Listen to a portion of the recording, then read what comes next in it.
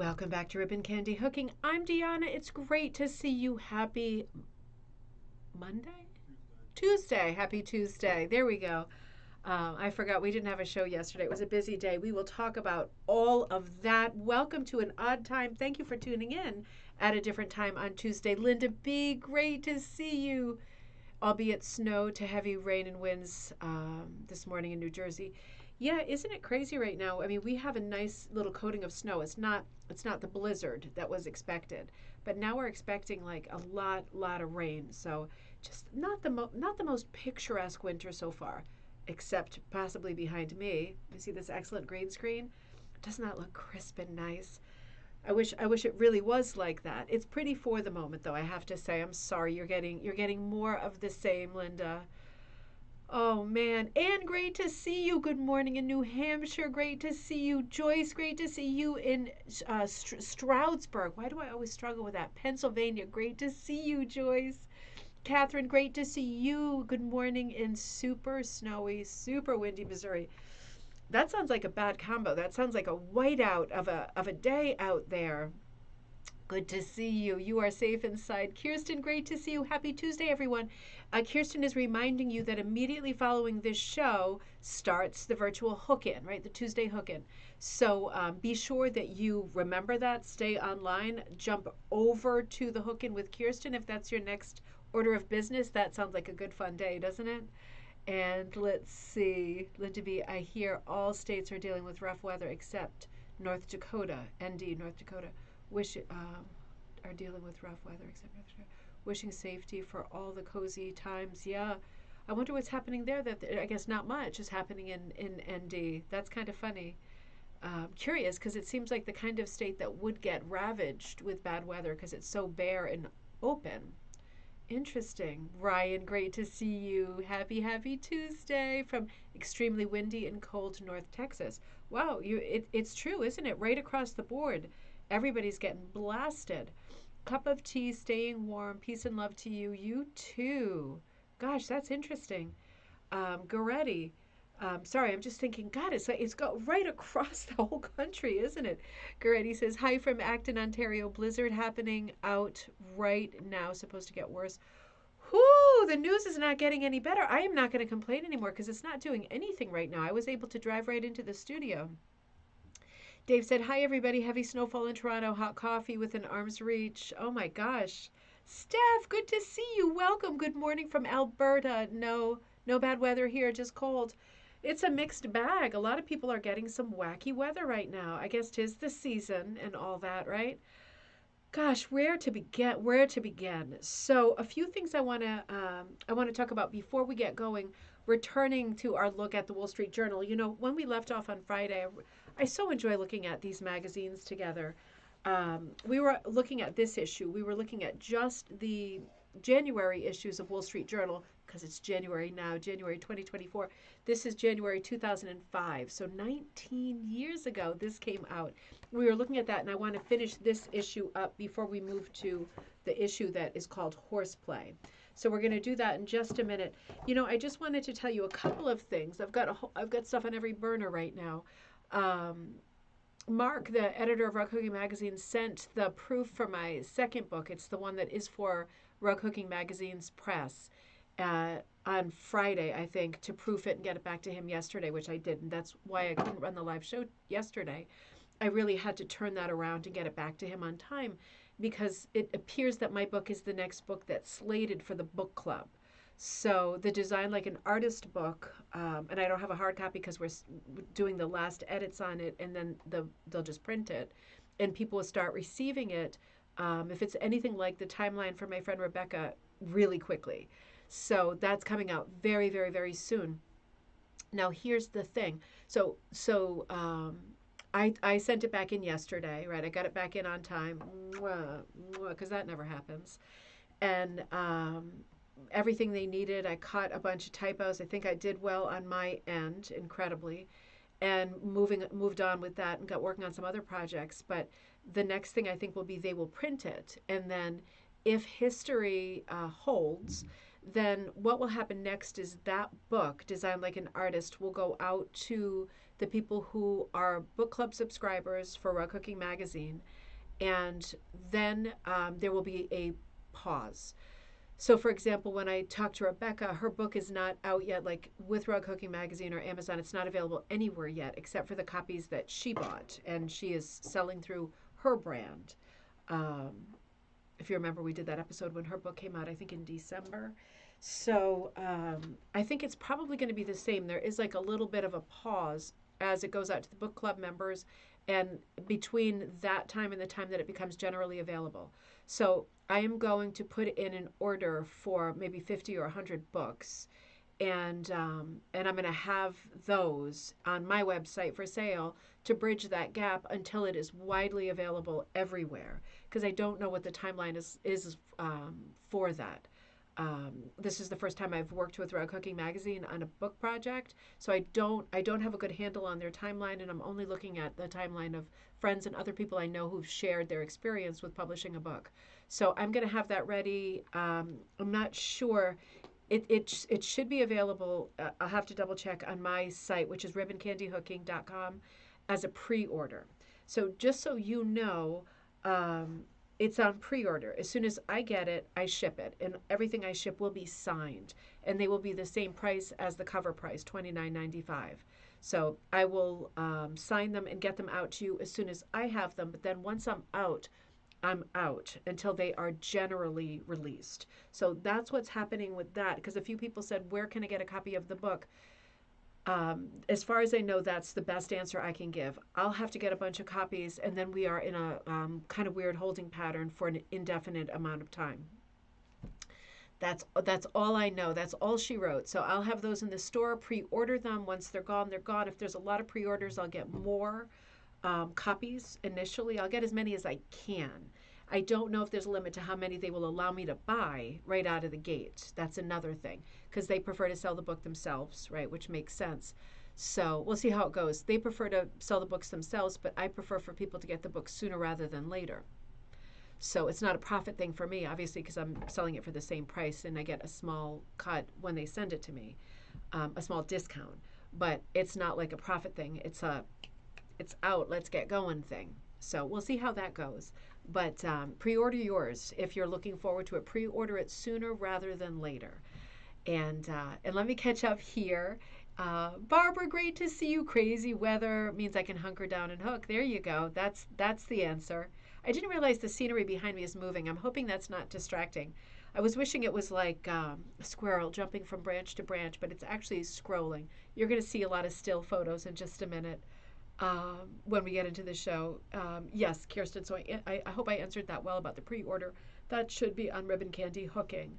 Um, I'm seeing the cover of it, and I have to say I looked at the entire draft at this point in great detail, and I have to say it looks really, really good. I don't want to sound surprised, but it is a rather small press, and I just didn't know. The text, the breakup of it, everything looked really good to me. I was very pleasantly surprised, I have to say. So yeah, that should be a lot of fun. Jazz with a beat. Tad, that's you, isn't it? That's got to be you. Snowy, good morning from Hudson Valley. That's you. Good to see you. And Robin says, hello in snowy Wisconsin. Great to see you too. Robin's image is the cover of the book. Did you notice the Van Gogh on the cover is Robin's image? It is absolutely beautiful image for the cover. Good thing for YouTube notifications. Oh, yeah, right? It's a good thing to subscribe, isn't it? So that's that. You can start pre-ordering that. That's coming out very, very soon. And I am working like a mangy old dog behind the scenes on Magpie Times with Judy. And that is coming along as well. Just another shout out. The first issue is the theme is historic gardens. There's a lot of people sending in content and contributing. I'm so happy. Could take some of yours too, right? I don't want anybody to feel like whatever content or idea they have for an issue is not good enough or won't fit. Go ahead and bounce it off of me, right? If I can't use it now, I'll use it for a future edition, a future theme. So the first theme is historic gardens, and I've been working busily on the articles that I'm writing for that. I've got some interviews lined up, and some people came forward and said, can I do an article on this thing and then advertise my store or whatever? And that is fantastic. Those are yeses right across the board. Everybody's suggesting and showing, sending along project ideas for tutorials and things that are absolutely exquisite. So I'm really excited. I think it's going to be a gorgeous magazine. It was funny because I also had this thought. You know how I have this lifelong obsession with Molly and I, Toby, and I've been trying to research her and her hundreds of rugs, very, very hard. I'm in touch with both sort of halves of her family. She passed away in the 80s, but she lived in the same town where I grew up, Barrington, Rhode Island. So I feel this close magical affinity to her. Um, and I've been trying to research her like crazy, and that whole search hit a real low point last fall when 3 or 4 of her rugs emerged in Vermont, and I was told that I could buy them, and then they were sold before the next correspondence came to say, here's the address. So that was really disappointing, and that set me right back on that project because those were the first new ones that I'd found, and I'd been looking for 3 years. So, anyway, I thought about her because it's a flower issue, and I thought about that great story that I learned when I was researching her a couple of years ago that I shared on an old coffee time about how she would have these night parties with what is the thing called? The night blooming succulent, like it's Cereus. Is that Sirius or Sirius? Um, there's a lot of jokes there. I'm going to leave it for the time being. So they would have these night parties and just stand around the kitchen drinking wine and having cake and tutti frutti and waiting for the thing to bloom. And apparently, when it would, it was an overpowering smell. It would twitch while it sounds like an amazing party. So I just drew a quick little pattern. I'm going to see if I can hook it just fast. That is my impression of the party. And I sent the sketch to Julia, who told me the story. She's still in Barrington. She answered a query that I put out on the local patch for that town about Molly and Toby. And I sent her the drawing, and she wrote back, it's such a great pattern, but you're forgetting that everyone that was at those parties was, and she used this expression, of an age. And she said Molly was probably 90 at that point. But it's a fun project, and I'm kind of digging in. The point to the story is I'm kind of digging in my head and thinking about garden stories and plants and things that have crossed my radar, particularly in the case of Molly and Toby. She's a rug hooker. And I was trying to work out her Tutti Frutti recipe because Julia sent it to me. I don't know Tutti Frutti from Schmutzels, but, she sent this recipe, and I thought, oh, I would love to have a Molly and Toby recipe in the recipe section of Magpie Times. But Julia said she had no success with the recipe. It turned out to be mush. And I thought, I wonder if anybody has any expertise making Tutti Frutti that they could kind of decode the recipe. Linda Ann logged on and helped me, and we both kind of didn't know where to go with it because I also have never had Tutti Frutti. Enough Tutti Frutti talk for one day, right? But if you happen to have expertise in the neighborhood of Tutti Frutti, if you could come forward and make yourself known, I would love to bounce the recipe that Julia sent me that is actually Molly Toby's recipe and see if we could, I don't know if this can be a pun or not because I don't know what Tutti Frutti looks like, but if we could firm it up so that we can get it into the recipe section of the magazine, that would be super, super fun. And anything else that you can think of. And I'll just remind you that the second issue, the theme is going to be Midsummer Magic. So that involves Shakespeare, that involves fairies and elves and fairy houses. And I might do something with my tarot, right? Because I've been hooking some secret tarot stuff behind the scenes. Anything that you would consider magical. It would go into the second issue. Anita, great to see you. It's snowing in London, Ontario. It is crazy weather out there. Oh, Kirsten says night blooming Sirius. Okay. See, that's like, I'm thinking it might have different names because the spelling I saw, Cereus, is from like a 1930s era book. But I'm guessing it's the same plant. But with all of these Latin names, it's very hard to stay on top of it, isn't it? Suzanne, great to see you. You would love, love, love to see project ideas on doing, ooh, interesting, historical French and English gardens using yarn. Ooh, okay. And how to create, Barbara, can you remember this for me? And how to create definition in a modern way. That is really interesting. Well, Karen Garby is going to be punching a design I have of a real formal garden maze, an Elizabethan style garden maze. that pattern is from Urban Candy Hooking. It's called Splendor Falls, as in the Tennyson poem Splendor Falls on Castle Walls. So that's coming. But incidentally, while I was at the Book Barn this weekend, which is like the largest used bookstore in the country, and it happens to be really close to where I live, coincidence? I think not. So I bought a huge stack of books there this weekend because everything's like $4. The most expensive hardcover is $8.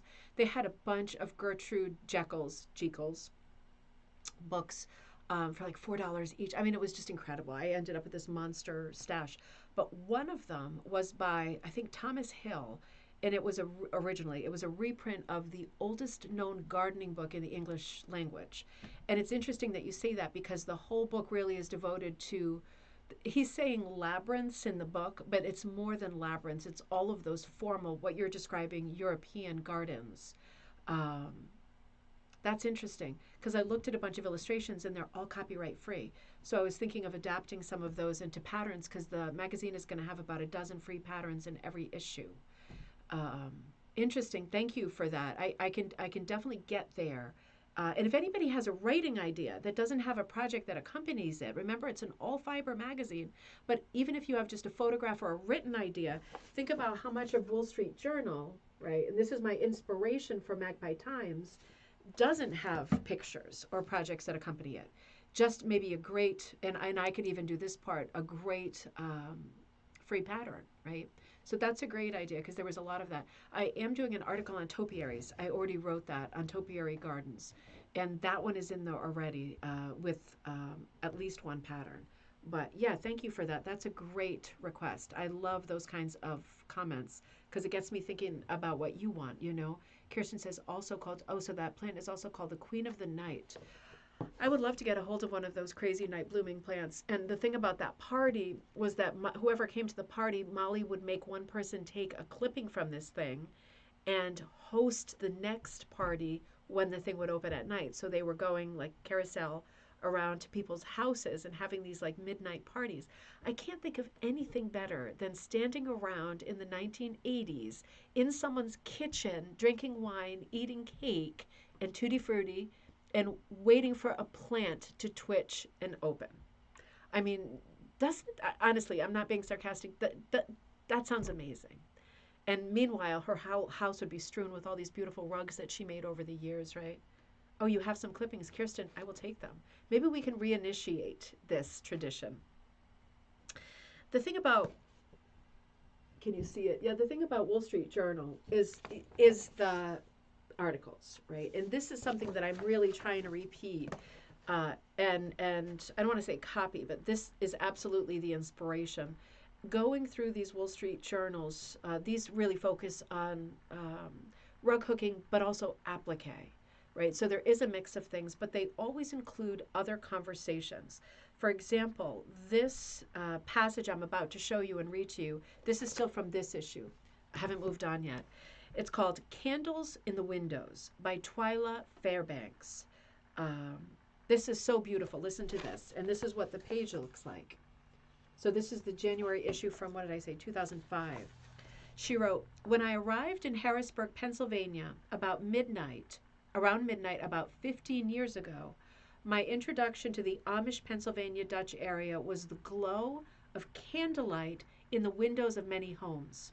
I was enthralled with the sight and wondered, why do they put lights in their windows?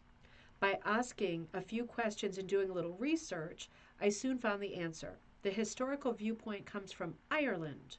When the church was outlawed long ago, people would not gather together to worship.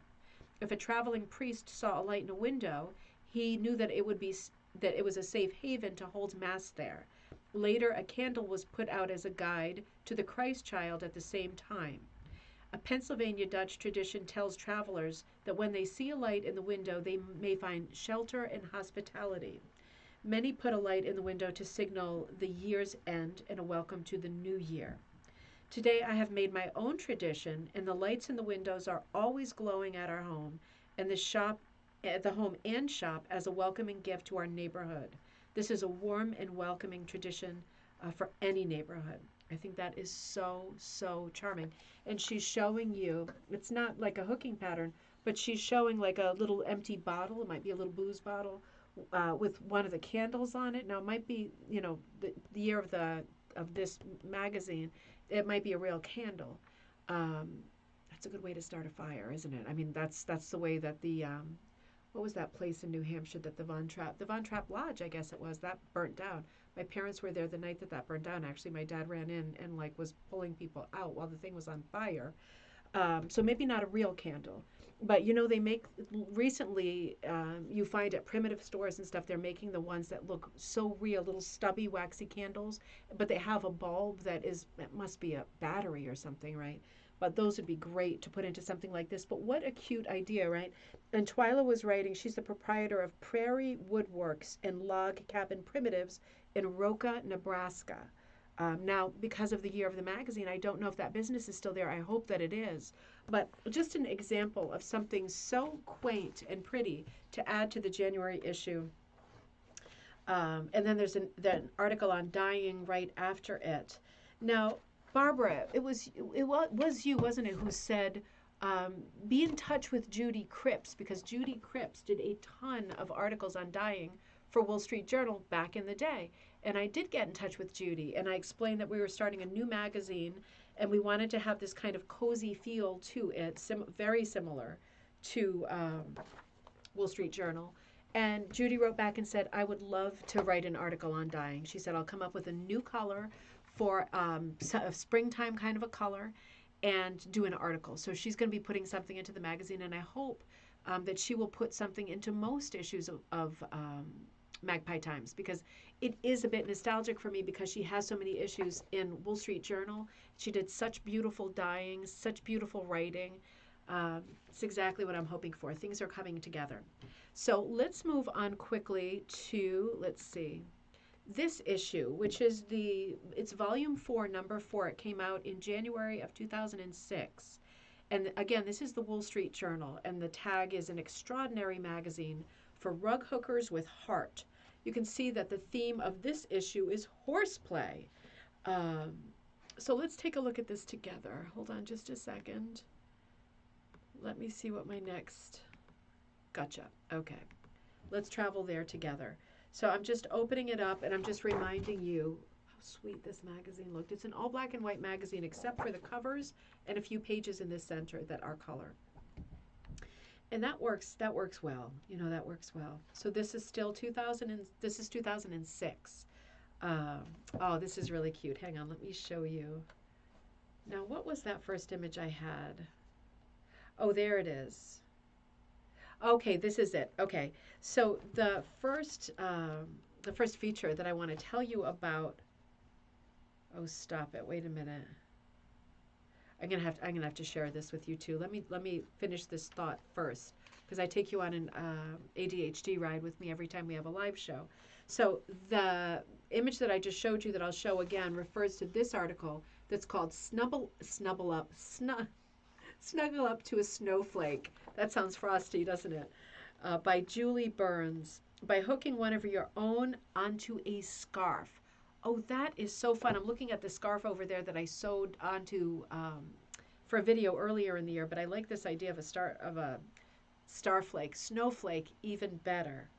And she writes, needfuls, which is a great way of saying what you need for supplies, disappearing ink pen, ready-made wool scarf, so all set, something from the store or something you made, a piece of wool, leftover strips for snowflake in color of your choice. Fool Mother Nature. Make it your own. See, just the tone of this magazine was so sweet. And then she describes how to use this as an embroidery pattern onto an existing scarf that you have. And she ends the chapter with the phrase, let it snow, let it snow, let it snow. And some of us right now are feeling not so much, right? But this is where it appears in color, snuggle up to a snowflake. And so this is how charming is this? It's off the charts. She's got on the top, you see she has embroidered or hooked. I think she's hooked. It could even be candle wicked, but I think she's actually hooked a snowflake into the ends of the scarf. I mean, so sweet. And she's writing, scarves are in. The close-up of the blue scarf made from a strip of wool. Okay, so she just took a strip of wool. this is probably described. Okay, she took a strip of wool instead of a scarf, and I think she just pulled off, let it fray to a certain extent until it got down to where she wanted it with the length of the fringe. How interesting is that? From a strip of wool shows how pulling some threads down. So she's saying she pulled some threads out to help that fringe happen, and she's showing you in other patterns a different color scheme in the hoop, the picture with the hoop, how you could just hook without a pattern right onto a plaid scarf or a scarf with lines because you already have a guide if you're looking at where the colored lines are, right? Kathy says, I checked eBay for issues, but I couldn't find any. Do you have any suggestions? Kathy, we do. We haven't had time yet to figure out which. I definitely haven't had time to go through my stack yet of which issues I have that are doubles. But I promise I will. And I know Kirsten and I are going to go through some as well. And I will definitely remember you are the first one on the list for our stash for whichever ones are doubles. We'll offer them to you first, I promise. Susie, great to see you. Good morning. I just love this page. She also writes, Julie writes, when working with plaid, you have the advantage of placing your pattern along the lines of the fabric. There we go. Just measure, place your pins and hook in between. So she is hooking into the wool scarf. Eyeball the details. Strive for good, not perfect. Amazing. Just amazing. And then an adorable picture down at the bottom and a little tree in the middle. How cute is that? This caught my eye at the beginning, though. I have to share this. This is so cute. I found this little poem. Maybe you've heard this before. I don't think I've heard this. This is, it's a little excerpt I'm reading here on the first actual page. It says, the newspaper clipping below was inserted into a 1947 copy of The Art of Rug Hooking, found and sent to us by Rosemary Bailey. So we don't know who wrote this or where it came from, but it was found inside a copy of a 1945 book and sent into Wall Street Journal by Rosemary Bailey in 2005, because this is a 2006 issue. In spring, I watched it grow from strips and scraps, admired each subtly shaded rose and leaf. With patience rare, I rolled it up and moved it from my bed each time I went to rest. I bragged to friends about the posies that my wife had made from old discarded things. When summer came, I missed my bathing suit, and Mary said that it was just a sight. So she had put it into the rug, and I forgave her for that. I even held my peace. The time she used my best imported tie for stems and veins of leaves and buds and such. It took the chilly autumn nights to let the dreadful truth all out. Why, man, the house was stripped of wool as bare as close-clipped sheep. Those subtly shaded leaves were blankets, robes, and smoking jackets cut into strips. I know. The reason why they say the rugs are hooked. Interesting. I hadn't read that yet. I was reading that live for the first time with you. You know, I wonder if that is an excerpt from that adorable book that we still haven't covered. Wait a minute. Come on. You know, the little hardcover.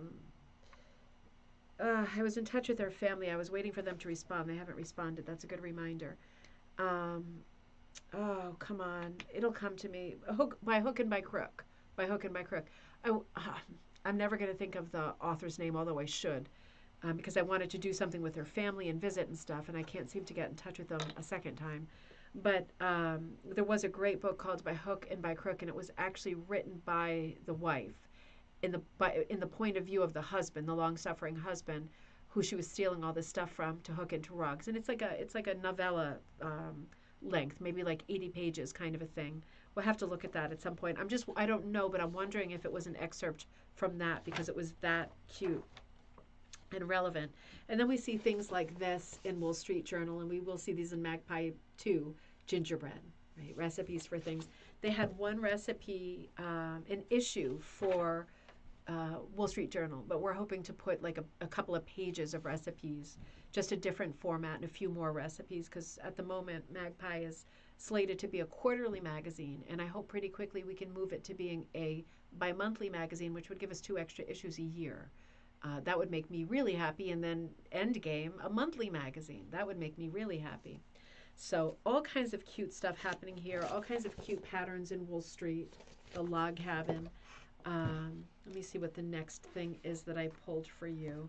Oh, so that was a log cabin, and there's another article for a salt box house. That's another feature for them. Let me see what the next thing is I put in for you to look at. Okay, let's hold on that for just a second. So the pillow, okay, so that was a salt box house. Pillow Talk, that's what I want to show you here. Yeah, let me bring that back. Pillow Talk is a garden gnome. So let me show you what the pillow looks like for this issue.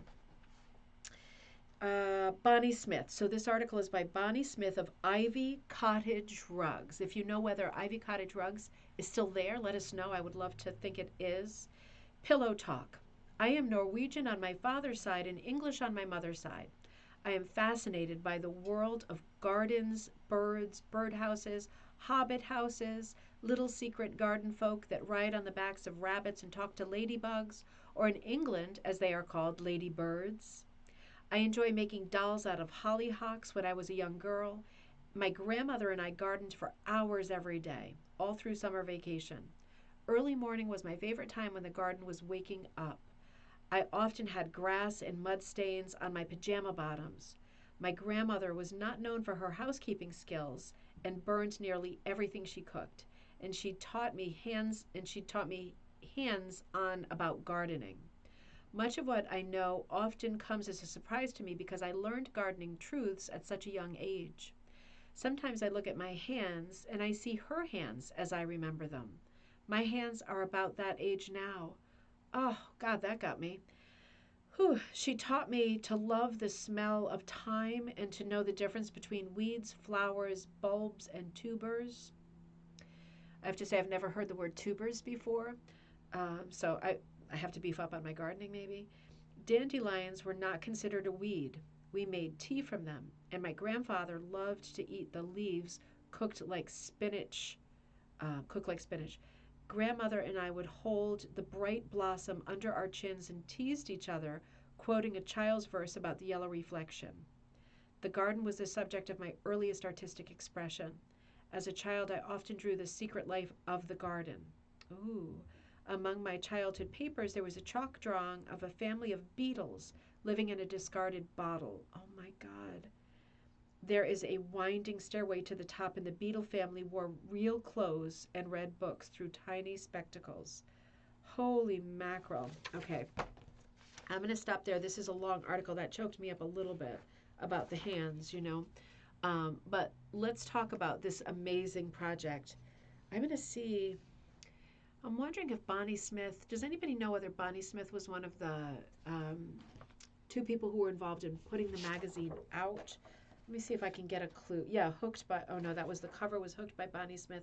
This might be, she might be one of the, yeah, I think the opening page, Happy Winter, Dear Friends. She ends it with Happy Woolly Winter, Bonnie. I think this is Bonnie's magazine. Does anybody know Bonnie Smith by any chance? Getting some ideas going here because, I mean, her writing in every issue is so, so, so beautiful. It's got me wondering whether she ever did the pattern with the beetles living in the little jar. I mean, this is a part of rug hooking history, isn't it? Hearing these stories from somebody who published a magazine in the 90s. I mean, this is really, no, in the 2000s. This is really interesting. I'm gonna have to complete that later. But she's showing you this really whimsical gnome that she turned into that great pillow. Let's look at the pillow one more time. This magazine is it's just unreal. It's so much fun. It's part, you know, it reminds me of looking at, remember catalogs? Remember catalogs? I mean, they come at Christmas, but remember how they used to come all the time? And do you remember ever having a time when you would just sit on the couch or in your bed with catalogs and just go through all the pages and turn down the corners like this and mark all the things that you liked? I mean, that pretty much was the entire, 15 years of me growing up was looking at catalogs and foxing the corners of stuff that I thought I might be able to afford if something amazing happened. And then she's got on the next page the, oh, I see. So this is interesting. So this is also Bonnie, I think. Oh, no, this is Lori Simpson. Um, the horse, right? See the drawing of the horse? Makes a lot of sense because it's a good size. And you can just attach the hooves later, right? So this is about making, this is the same horse that's hooked on the cover, but the article is actually about using the horse and making a quilt. Let me see if I can find that example here. Steph, oh, how funny that is, a patient hubby. At least that's the way she wrote him to be. I imagine it was quite galling, but so cute. I have to find that book so we can share that too. So this is the image I was just showing you for the horse quilt. And I'm hoping, yeah, I was going to say, I'm hoping I put the quilt actually there. This is the quilt. So you can see how this is the same horse drawing template that was used for both the hook drug and for doing some, this is both applique and pieced quilting, this example of the wool horse quilt. The part with the horses, that's applique, right? And then the background parts with the tipped squares, that's piecing. So it's both. But really a good reminder that, let me come back here because it's going to be our next thing. It's a good reminder that when you have a drawing, right, it doesn't matter. This is my mantra. It doesn't matter if you're hooking with it or doing needlepoint or whatever. You can use the same lines. You need something with lines, a drawing, to start any project, any fiber project, with the exception of like three-dimensional projects where you think a little bit differently, right? And obviously braided stuff where you would think differently. But in terms of figural art, you start with a line drawing, and you can use your line drawing for everything. Barbara says, just hooked the horse in your Lancaster Gardner. Oh, I love that. And it has a lovely shape. Thank you so much. I have to admit, whenever I draw a horse, I'm using for sources usually weather vanes. I find the best horses when I look at weather vanes, and I have books, catalogs. I have catalogs, seriously, on old weather vanes, because the horses are just perfectly posed for some reason, and not really lifelike either, because their hooves are never really touching the ground, which I think adds a layer of whimsy and cuteness. I bet that's coming out great, Barbara. Everything you do is really, really good. Now let's see. Scratch and peck and cluck. There's a bunch of features. Okay, so this is a feature called Antique Rug Designs, Timeless Inspiration by Maria Barton. And it said, the rug above is designed and hooked by Maria, and it is what she calls the patchwork background. Very good. We absolutely accept that as a term that looks like a patchwork background. That's very good. This is a background used frequently in the rugs of Magdalena Briner. That's absolutely true. Let's look at that article. Oh, I see. Okay. Oh, interesting. Timeless inspiration. So this is an article. Beautiful rug, isn't it? Oh, Paula, good to see you. Good morning from freezing Southern California. We hardly ever hear that about Southern California, do we? Because we know it never rains, but it freezes. I'm sorry. I hope it's a beautiful day there at least. This article is really cute. Let me see how she broke this up. I wonder if I gave you this image as well. Maria is pulling some great inspiration from, no, maybe not. Hang on, let me just check my slides for this book so we don't miss something juicy. Nope, we move on to the next. So let me show you this way. This is the article that Maria wrote for Wall Street Journal, and it's about using antique rugs as inspiration, right? Absolutely, you must. If you're interested in antique rugs, you're interested in hooking in the primitive style, this is where you want to be with your journey, isn't it? So, Antique Rugs, Timeless Inspiration by Maria Barton. If you are like me, you love poring over rug hooking books looking for inspiration for your next rug. One of my favorite books on antique rugs is Hooked and Sewn Rugs, Folk Art Underfoot by Joel and Kate Kopp. That book comes up a lot because it is considered like the first contemporary. I'm not talking about the ones from the 30s and 40s, right? That are like black and white and iconic. But this one was a full color book, was heavily illustrated, and it really was comprehensive. So it comes up a lot in the Wall Street Journal because we have seen a huge pop in books about rug hooking, but many of them have been more contemporary. There were books in the 80s and 90s, but there are more books coming out now. There's X amount of books every year, and we know rug hooking press, Ampre Press alone, um, does X amount of books every year. I think it's something like 10. And it seems like not a huge number, but over a decade, it's 100 more books, isn't it? Might not be quite 10, but something like that. Of course, for those of you, I mean, let me just change my glasses.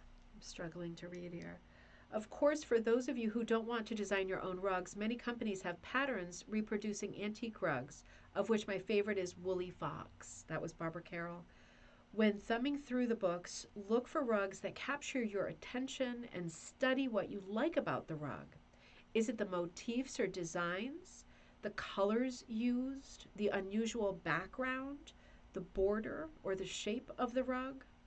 Sometimes you may only like one part of the rug, so take that element, combine it with your ideas, and use it for your next rug. I, like so many others in the hooking community, am drawn to Magdalena Briney's rugs. There is no doubt that Ms. Briner's rugs have an influence on rug hookers both in design and backgrounds.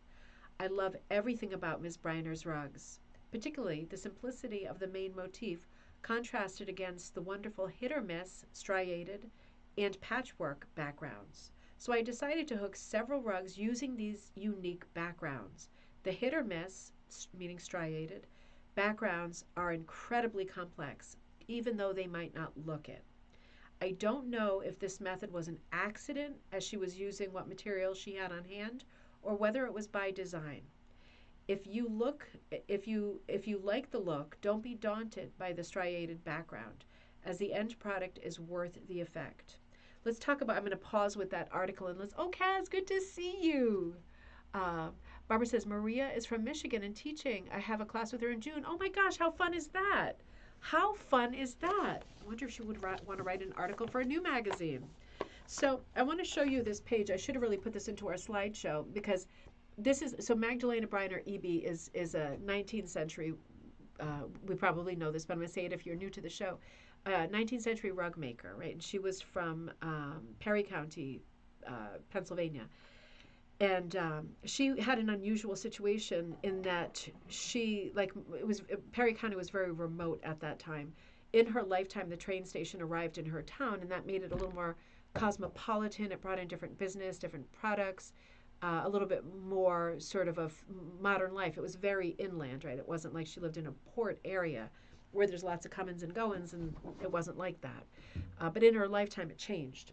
But it was a bit tricky for her because she married, par for the course at that time. She married, got pregnant, and I think the child was like an infant. I'm not even sure the child was one.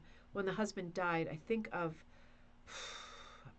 he drank contaminated water, so probably cholera, something like that. But and then she was alone for the rest of her life, and she moved back to the family farm, which was large, and joined all of the couples who were living there, all of the sisters and brothers and spouses and children who were living there. But she never again had her own home. And she produced many rugs in her lifetime. We don't know how many. They look like this, right? This is very signature. These are like her characters recreated. Because of the age of her rugs, her patterns are copyright free. So you can outright copy them and do something in the same way.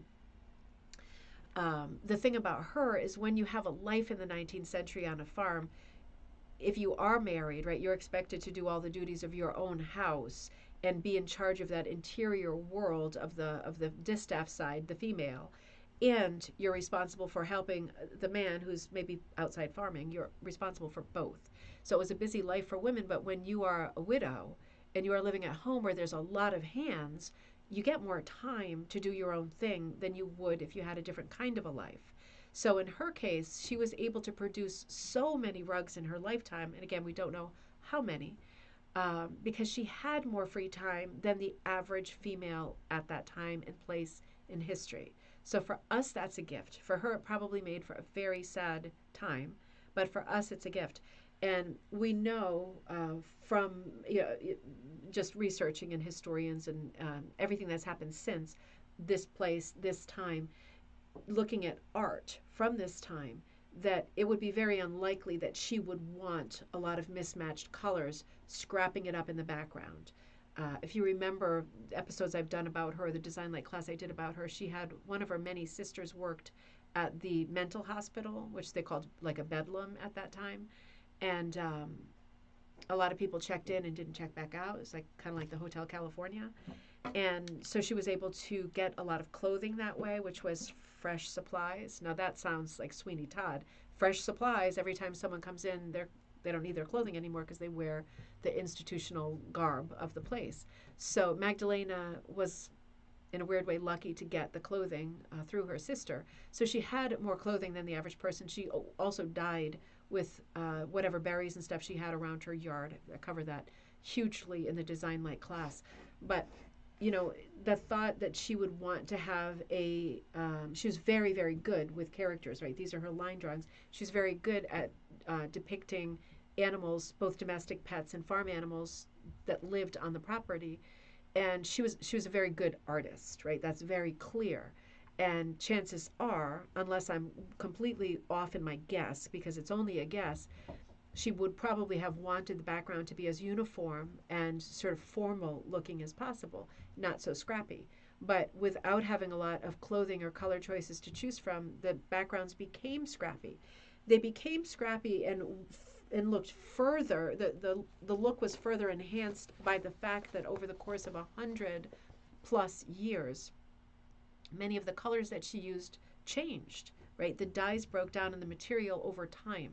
And because of that, sometimes we look at a background that maybe was all black when she put it down on the floor, but over time is literally 20 different shades of black, brown, purple, dark blue, because of the way that the dye color would have broken down. Natural dyes too, not just chemical dyes. Natural dyes also break down. So for that reason, a lot of the backgrounds that she used, if she used two different black coats, 100 years later, you're going to see a way more pronounced distinction between those two materials. If she used 10 black coats in one piece, you would see 10 different colors. And over time, it gets to looking really scrappy. That is the look of an antique rug, not just Magdalena's, anybody's. So interesting having a nice article. It's a nice long article, too. I won't read the whole thing just because of time. But she writes a lot about Magdalena in this article. This is Maria's article. And Maria, well, this is interesting. Maria offers these tips for hooking striated backgrounds like those of Magdalena, Brian, or Evie. So again, I'm just going to say Magdalena scrapped it out because, in my opinion, she didn't have all the colors she wanted or enough of each color. And she was prolific. So she knew she wanted more colors for the next project too. And I'm sure she always had that in the back of her mind. But at the same time, much of the striation is due to the aging of the textiles. So if you don't want to wait 150 years for your rug to mellow, right, and turn all these great colors, then you have to use dyes and dyed fabric that will make it look antique, right? You can accelerate the process of enjoying that by hooking it that way to start with. So Maria writes, use dark colored wool in mixed textures for your central motif and lighter colors for your background. Draw several shapes. That was tip number 1. Draw several shapes on your background like circles and half circles in her cat rug. I'll show you that again. Leaves, stars, squares, hearts would be fun to hook. Also give interest to the striated background. I'm just going to show you this because she's making a reference to the curves that are in this. Doing irregular curves is a great Magdalena trick. Magdalena does a lot with the circles too, right? She has a lot of that in her work. Oftentimes in a busy Magdalena, like a piece like Domestic Zoo, like one of her large pieces, oftentimes she jigsaws as many animal shapes as she can, but you can tell she wants it to be busy and full, and she wants the collective shapes of animals to read as a pattern as opposed to a scene, right? Because some of them are upside down, right side up. And sometimes there's just too big of a spot for her that's empty, and she will add like a circle or a star. So she's kind of creating a pattern, which means that motifs are placed at regular intervals. And when she can't, because of the shape of things not fitting, then she will add a secondary motif like a circle, like a star, like a heart, right? Which makes a lot of sense. And that's just a good note to file in the back of your mind for doing any kind of primitive design, even if it's not emulating Magdalena's style. 3, stick to 5 or 6 colors of wool in different textures, including a spark color for your background, the poison, right? The bright color. In Maria's rugs, she uses, okay, I think that's supposed to say in Magdalena's rugs, she uses creams, tans, grays, browns, and blues with red as her spark color. It could be Maria's too. Point number 4, hook your main motif first and outline your shapes, which in my cat rug were, okay, so this is Maria speaking, were the circles and half circles. Hook several rows of wool using the same value of wool but different textures around the motif. So in other words, do the echo thing, right? Echo. If you have the shape of a cat, right, then hook around the cat first and then around some more and then around some more.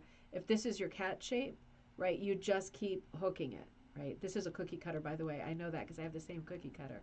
You just keep cutting it, cutting it, cutting it that way, circling, right? Like throwing a rock at a pond, echoes and echoes, right, till you hit the borders. Hook your border and hook an outline around your motif and then just echo it out. That's super primitive, super Magdalena. Number 6, when trying this background, start with a small rug and don't be afraid to hook in different directions and drop your hooking down for up, down or up for several rows. This type of hooking is not done in straight rows. No, it's not done in straight rows.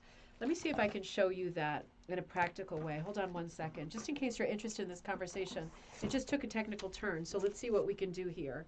I'm just going to sketch out a rectangle. So I just want to show you, I want to be sure, yeah, you're going to be able to see this. It's getting warm in here. Here comes menopause, right? All right, so hang on. Let me get a couple animals in here for you.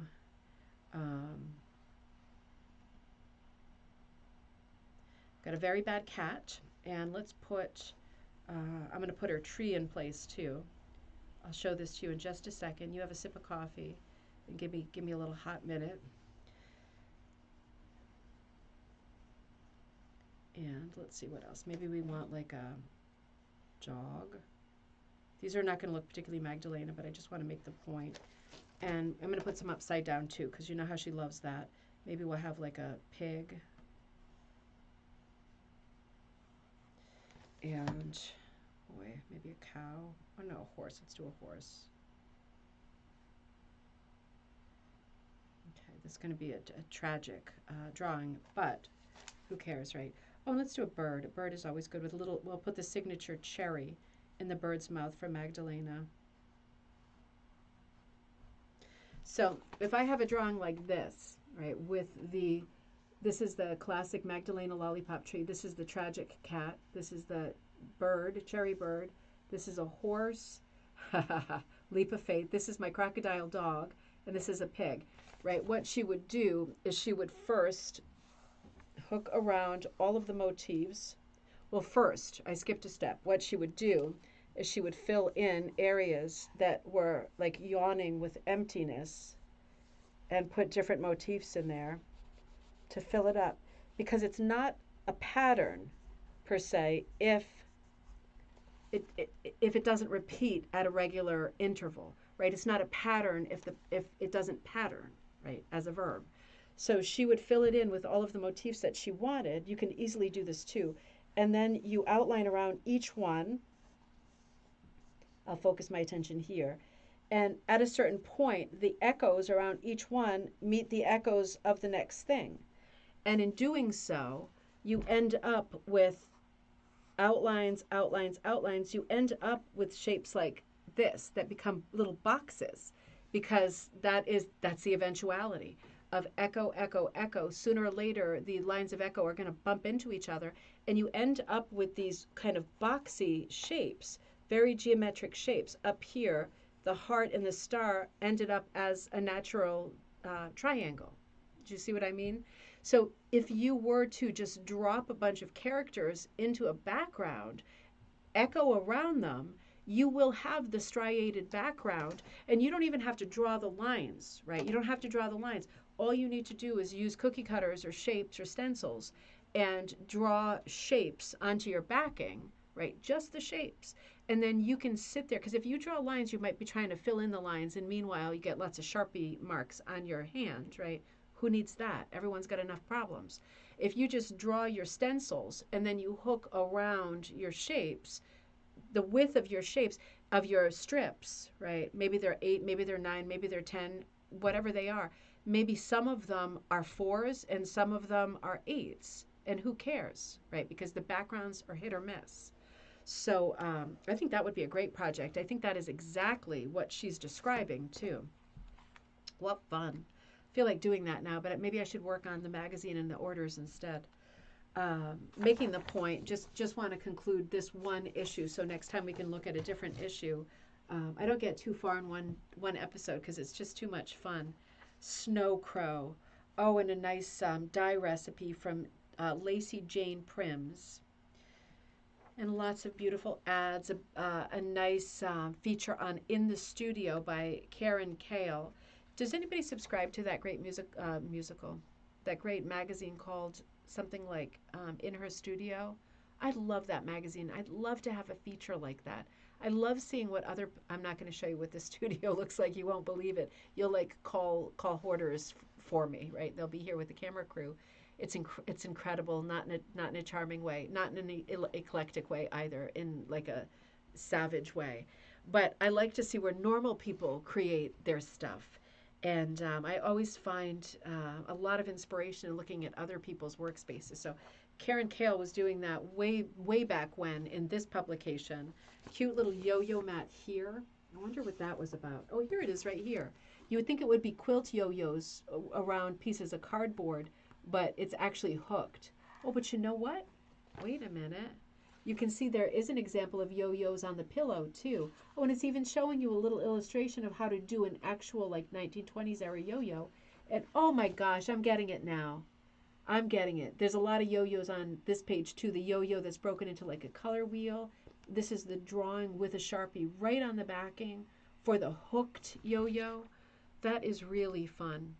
Oh, that is really fun. This is another and a cute table runner. Yeah, this was a cute table runner in this issue too. That was by Pam Sisk. I like how a lot of the same people. Oh, okay. So the whole last feature is by Pam Sisk, and it has to do with yo-yos. And you can see she's got the little, because this is the winter issue, right? This is a January issue. She's got the little trail of the turkeys. I love these turkeys. I have a couple of salt and pepper shakers like that. I love those little guys.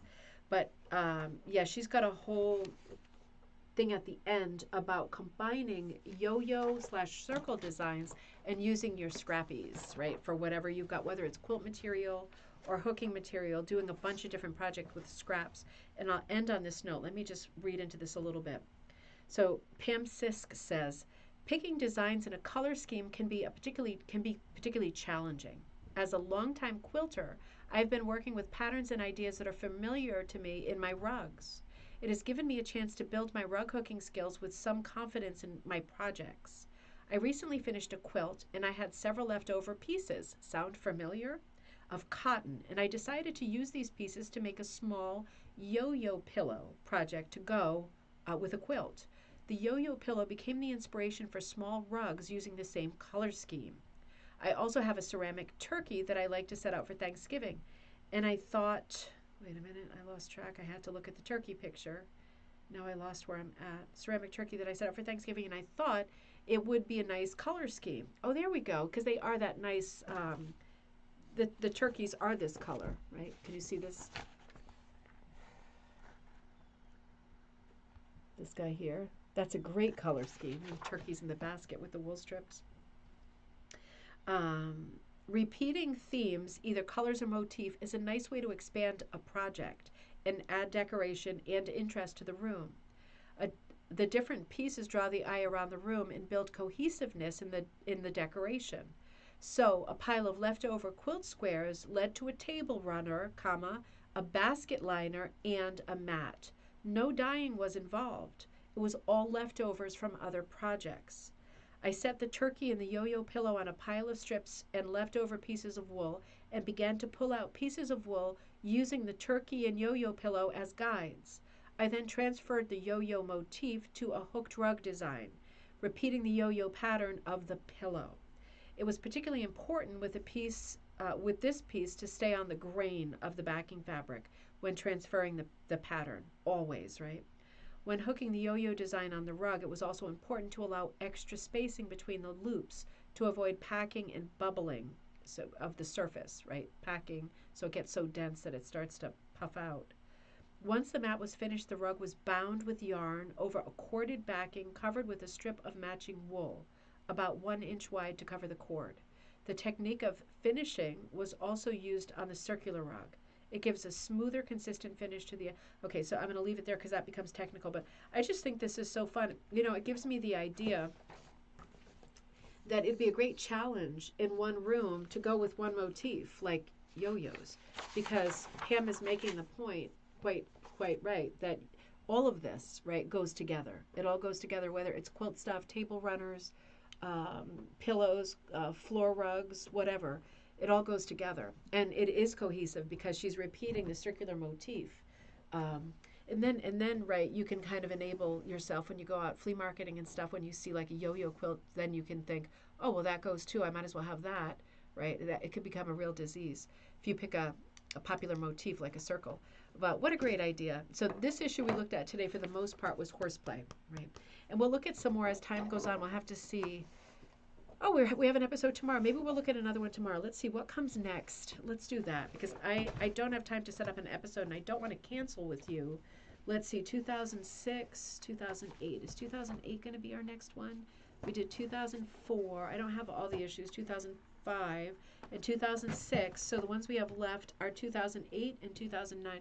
Let's look at this one tomorrow. This will be our day for tomorrow. We'll spend a little more time going through here, checking out what the recipe was, checking out what the projects were in January of 2008 in the Wall Street Journal. And in the meantime, be thinking of what things you might contribute to Magpie Times. Remember, the Design Like Alphonse Mucha class is coming up in a week or two. That is going to be spectacular. Make sure that you are signed up for that. It's going to be a lot of fun to work together. I'm giving you a lot of drawings for that class because the success of your Mucha image really hinges on whether or not your female forms, right, look good and look right, and then layering all kinds of decoration into the background. Thinking of his advertising and what things we might advertise as a challenge, right, during the class that you can use his motifs and Will Bradley and other really well-known Art Nouveau artists, their copyright-free decoration for to build your own original designs.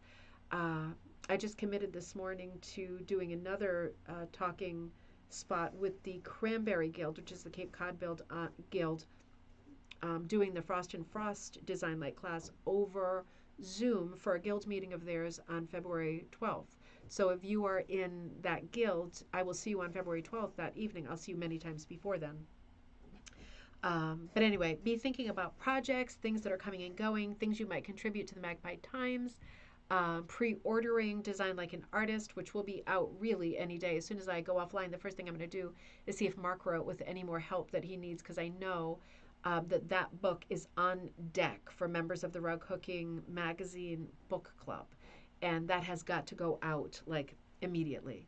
So keep an eye on all of that stuff, and I will see you very soon. I will see you tomorrow at our usual time, noon Eastern Standard Time, where we return to our super cozy look at Wall Street Journal. I will see you then, everybody.